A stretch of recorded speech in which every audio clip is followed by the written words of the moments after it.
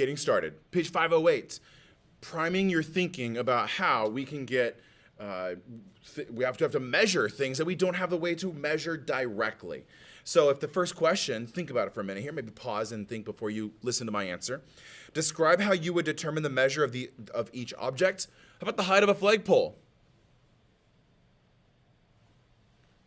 I, before knowing how this lesson was going to go, would say, maybe the flagpole, I can take it out of the ground and lay it down on the ground. If possible,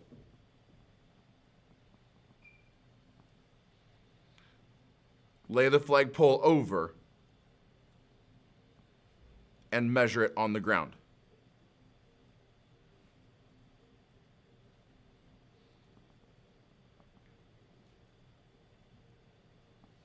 Or something else you could do, you could, you know how there's a rope, right? Then that rope goes up the flagpole. Maybe you could tie specific knots or make tape marks for every like 10 feet. And so mark and measure the rope.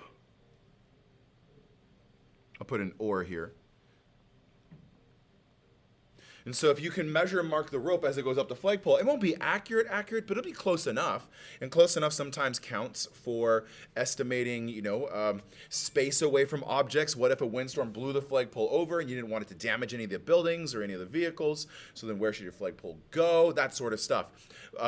Maybe the flagpole has to have a base in the ground that's deep enough to counteract the weight of the wind blowing on it. And so the counter action from the base of the flagpole, like it should go like a third of the flagpole length into the ground or something like that. Telephone poles do the same thing.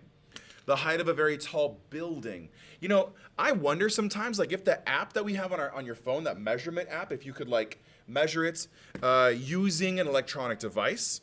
So measure it using an app.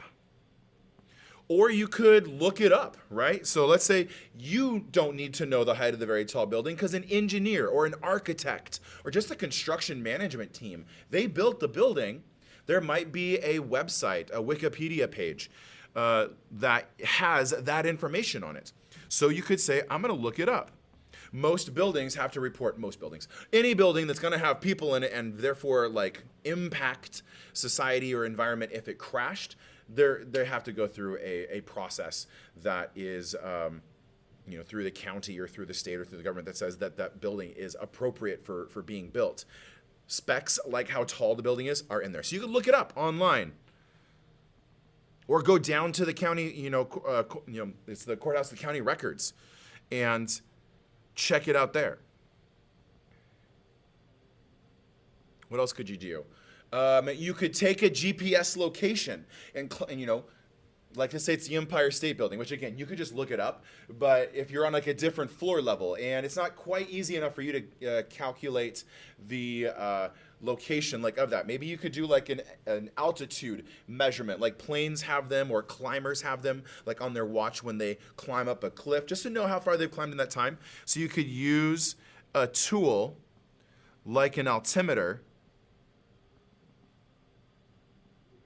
to check your height when you're actually on top of the building, up on like an observation deck, like of the Space Needle. How far up above the ground are you when you have the chance to see out over the edge of the Space Needle? Well, I mean, it'll tell you on the sign behind you, but you could also look it up, or you could use a tool to do that. Let's say this, you're standing outside on a beautiful day. The sun is shining, it's clear, it's blazing sun, in fact, and you notice that you have a shadow. And you're thinking about geometry, like we all do. We all go, beautiful sunshine. I want to think about angles and reflections and similar triangles. Let's do that first. This one, highlight. You have to do this. If you are given a word after word after word story and there's no picture, you got to draw the diagram. So here's me. All right, I'm wearing my suit coat because it's outside and it's hot outside, and so I got little drips of sweat. Ugh. Oh my gosh, okay, ugh, okay. Sorry for getting a little personal there. Now, the shadow that's being cast is me in my suit coat. Shadows are always longer than your body, right? Unless it's noon on June 20th and the sun is as close to overhead as possible because, that's what happens. The Earth's tilt puts us more in line with the direct, overhead nature of the sun. And when you have no shadow, it's a short shadow.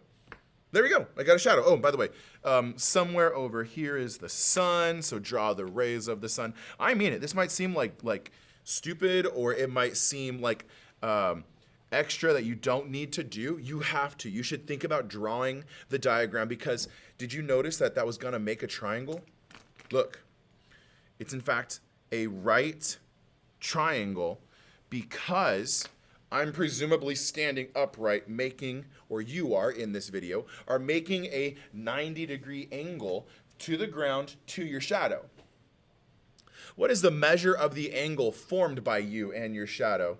Well, I just answered it. The angle here formed by me and my shadow, where you and your shadow, is going to be 90 degrees. You're standing upright, you're not leaning over, and so therefore 90 degrees, because that's how you're standing stable on the ground. If you connect them like I did right here, getting a little ahead of myself because I've done so many of these and you should practice and practice and practice. What geometric figure did you form by making all sides connect? I formed a right angle. And I'm practicing writing a sentence because your answers should be in sentence form, not just blah, right angle. In fact, I need to add triangle. Suppose you're standing outside at different times of the day. Have you done this? Did you notice that at noon you have a shorter shadow than at the evening when your shadow is stretching out behind you? If you're facing the sun, your shadow's going the other way, but it's getting longer and longer as the day goes on. So the length of your shadow changes due to the sun's position. Does the geometric figure formed by the line segment connecting your head to the top of your shadow change? The line segment absolutely does. Let's say the sun is overhead. Sun.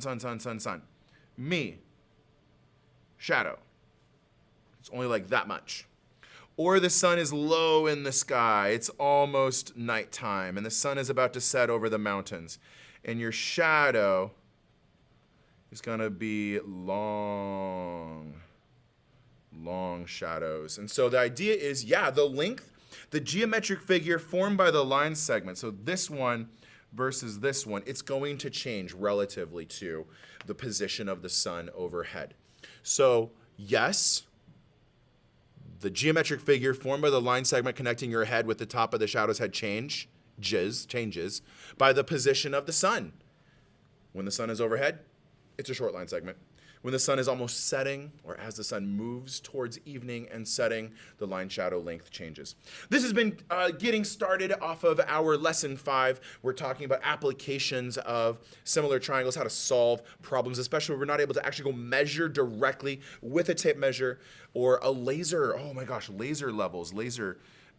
Use a laser measuring tool. Okay, so other resources, but we want to talk about the geometry of it also. Stick around, you definitely know I'm going to have some information about measuring the height of flagpoles, and I will see you in the next episode. Like, comment, and subscribe.